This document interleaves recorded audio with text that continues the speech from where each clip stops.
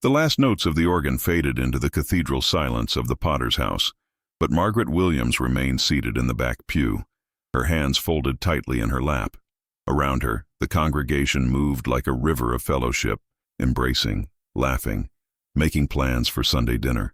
But Margaret sat motionless, an island of stillness in the flowing tide of community. She had been coming to this church for 8 months now, ever since her world had quietly collapsed. Not in the dramatic way that makes headlines, but in the slow, suffocating way that depression wraps around a soul like morning fog. Her marriage hadn't ended in screaming or infidelity.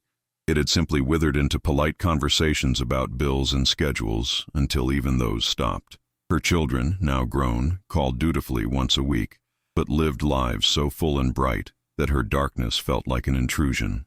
Margaret watched as families gathered their belongings, children tugging at parents' hands, teenagers scrolling phones while walking. She had once been part of such a scene, once felt the warmth of belonging.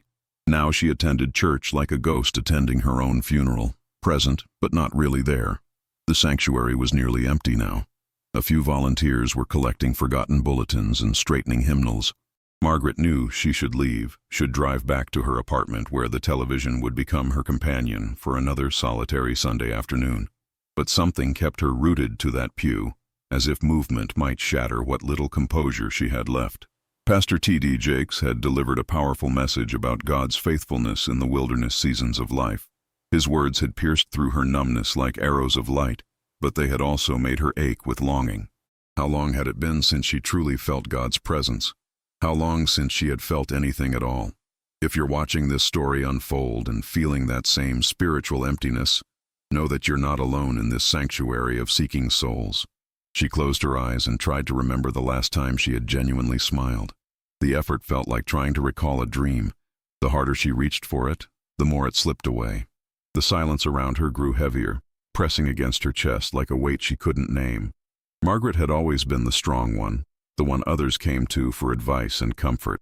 She had raised 3 children as a single mother for 10 years before remarrying, had worked 2 jobs to keep them fed and clothed, had never missed a church service or a school play.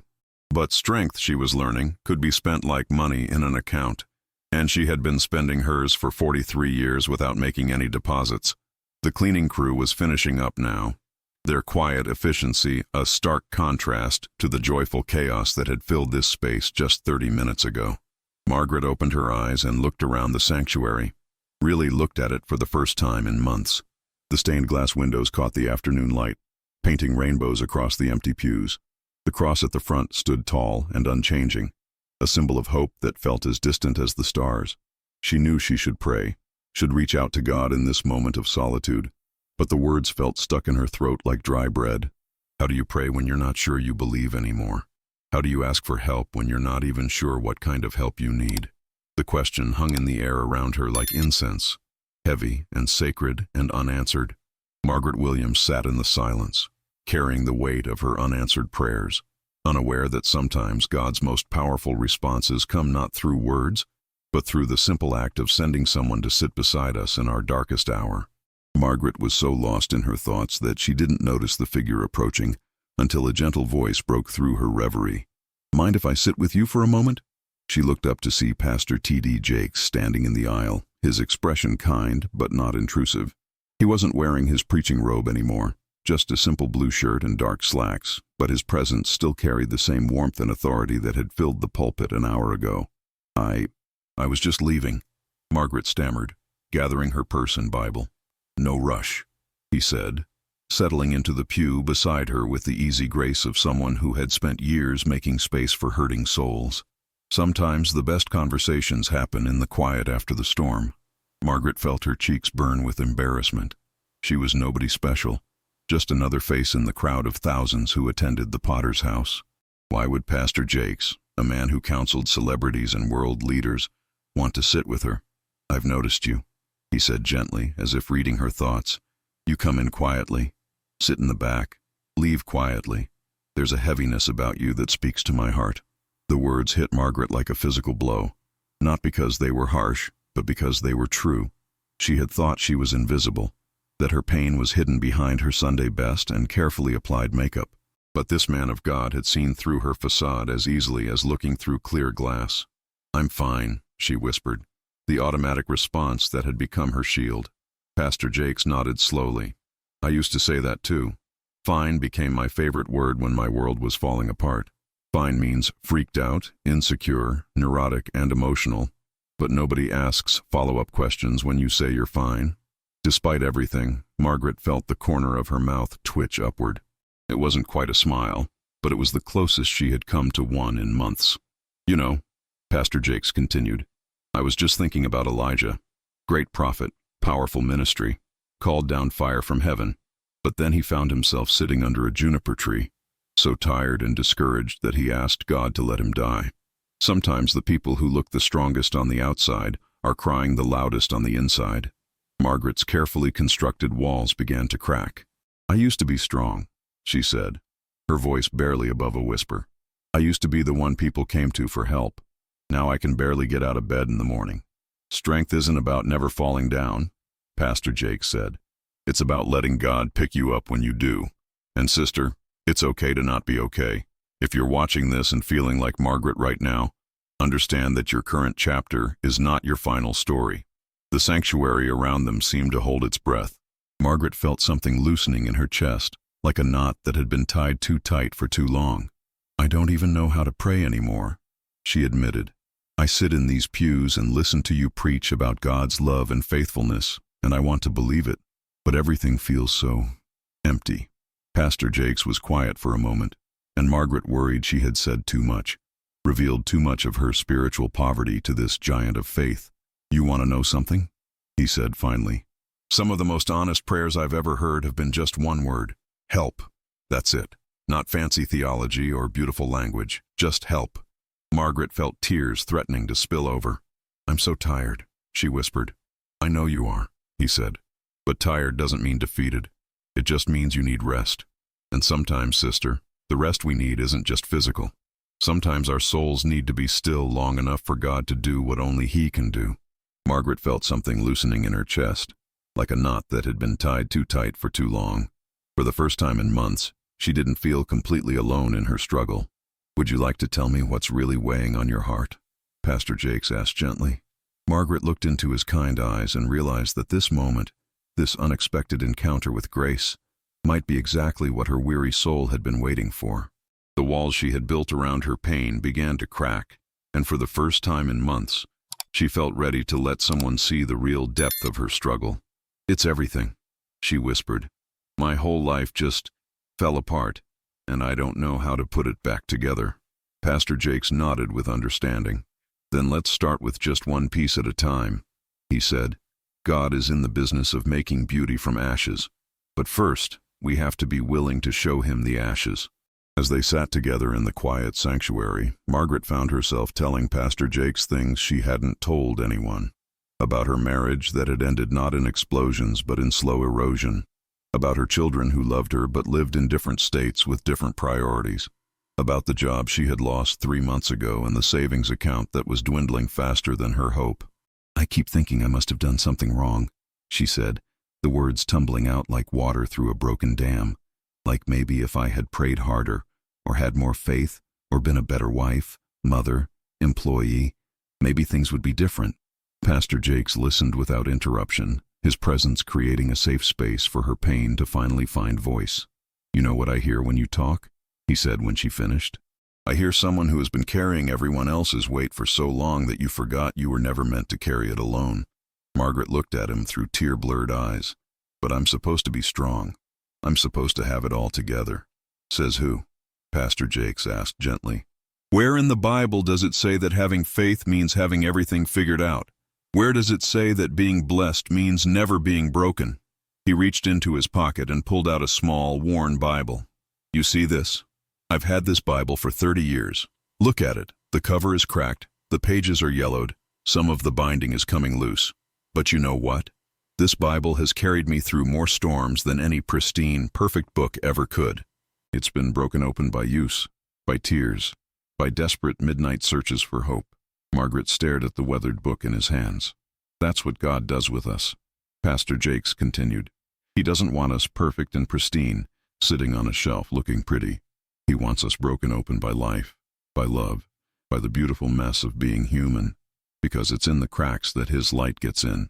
The words settled into Margaret's soul like seeds finding soil. For the first time in months, she felt something stirring that might have been hope. "I used to think God was disappointed in me," she said quietly, "like I was failing some test I didn't even know I was taking." "Sister," Pastor Jake said, his voice carrying the weight of absolute certainty, "God is not disappointed in you. He's not standing over you with a scorecard, marking down your failures. He's standing beside you with open arms, ready to catch you when you fall and celebrate with you when you rise." Margaret felt something shift inside her chest, like a locked door creaking open after years of being sealed shut. "But how do I find my way back?" she asked.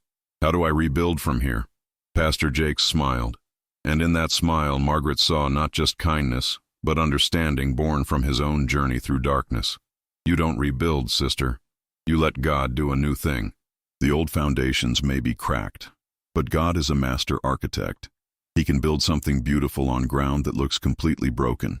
Every person watching this knows what it feels like to need that divine reconstruction in their own life." Margaret closed her eyes and felt, for the first time in months, like she could breathe fully. The weight on her chest hadn't disappeared, but it had shifted, become something she could carry instead of something that was crushing her. "I don't know how to start," she whispered. "Start with one word," Pastor Jake said. "Just one word, spoken from your heart to God's heart. Everything else can wait." Margaret opened her eyes and looked at the cross at the front of the sanctuary. In the afternoon light streaming through the stained glass, it seemed to glow with possibility. "Help," she said so quietly it was almost a breath. But in that moment, in that sacred space, with this man of God beside her and the presence of something greater surrounding them both, that one word felt like enough. It felt like the beginning of something new. 3 months later, Margaret Williams sat in the same pew, but everything had changed. Not in the dramatic overnight way of movies and fairy tales, but in the slow, steady way that spring comes to winter ground, one new shoot at a time. She had started volunteering with the church's hospitality ministry, greeting newcomers and helping them find their place in the community. It had been terrifying at first, reaching out to others when she still felt so fragile herself. But Pastor Jakes had been right. Sometimes the best way to heal your own heart is to help mend someone else's. The job situation had resolved itself in an unexpected way. Instead of returning to her old career in accounting, Margaret had discovered a gift for working with seniors at a local assisted living facility. The pay was less than she had made before, but the work fed her soul in ways she hadn't known were possible. As the service ended and the congregation began to disperse, Margaret noticed a young woman sitting alone in the back corner, her shoulders shaking with quiet sobs. Without hesitation, Margaret gathered her purse and walked over. "Mind if I sit with you?" she asked gently. The woman looked up with red-rimmed eyes, and Margaret saw herself as she had been 3 months ago, lost, alone, carrying a weight too heavy for one person to bear. "I don't want to bother anyone," the woman whispered. "You're not bothering me," Margaret said, settling into the pew beside her. Sometimes the best conversations happen in the quiet after the storm. As they sat together, Margaret felt Pastor Jake's presence before she saw him. He was standing a few pews away, watching with the proud smile of a father watching his child take her first steps. "What's your name?" Margaret asked the crying woman. "Sarah," she replied. I lost my job and my husband left, and I don't know what I'm going to do." Margaret's heart ached with recognition. "I'm Margaret," she said, "and I want you to know that whatever brought you here today, you're not alone." For the next hour, Margaret found herself speaking words of comfort and hope that seemed to flow from a source deeper than her own experience. She told Sarah about her own journey through the wilderness, about the day Pastor Jakes had sat beside her, about the slow but steady work of rebuilding that God had been doing in her life. "But how do you know it gets better?" Sarah asked. Margaret smiled, remembering asking the same question. "Because I'm sitting here with you right now, and 3 months ago, I didn't think I had anything left to give anyone. But God had been preparing me for this moment, even when I couldn't see it." As they talked, other church members began to notice and drift over. Soon, Sarah was surrounded by a circle of caring faces, each person sharing their own story of struggle and redemption. The sanctuary that had felt so empty and cold to Margaret just months ago now felt like exactly what it was meant to be, a place of refuge, healing, and community. Pastor Jakes approached the group, his eyes bright with joy. "This is what the kingdom of God looks like," he said quietly. "Not perfect people pretending to have it all together, but broken people helping other broken people find their way to the one who makes all things new." Margaret felt tears prick her eyes, but they were different from the tears she had shed in this place before. These were tears of gratitude, of wonder at how God could take the ashes of her old life and create something beautiful. Walking out of the church that day, Margaret marveled at the journey that had brought her to this moment. The pain hadn't disappeared. There were still hard days, still moments of doubt and struggle. But she had learned that healing doesn't mean the absence of scars. It means the presence of hope. For those watching this story and seeing themselves in Margaret's journey, know that your current chapter is not your final story, and sometimes the very pain that nearly breaks you becomes the bridge that leads someone else to safety.